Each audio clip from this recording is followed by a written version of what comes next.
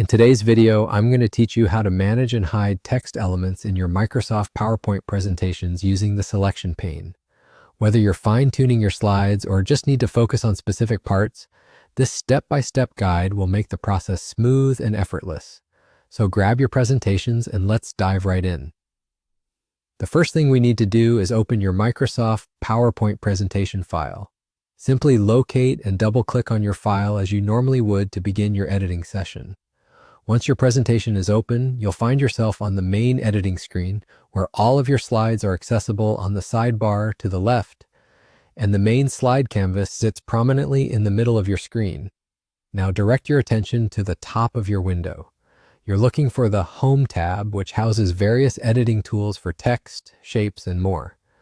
Within the Home tab, you should see a section labeled Drawing. This section may sound familiar as it's a place where you specialize shapes or annotations in your slides. Right above that drawing section, there's a button labeled Arrange. Go ahead and click on it. Clicking the Arrange button will present you with several options. One of these options is called the Selection pane. Click on Selection pane to go to the next step. Once you select this, a new pane will appear on the right side of your PowerPoint window. This pane is incredibly useful for managing the different objects on your slide, as it shows a list of all the objects, including text boxes and images, and allows you to easily select, reorder, and most importantly for us today, hide them. Now let's move on to hiding specific text. You will notice that next to each item in the selection pane, there's an eyeball icon. This icon indicates whether or not an item is visible on your slide.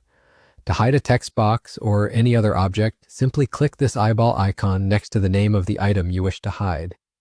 Once you do this, the icon will appear closed, and the corresponding item will be hidden from view on the slide.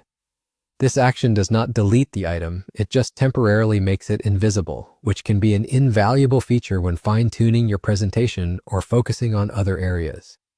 Once you've completed hiding the text boxes you want, you're done.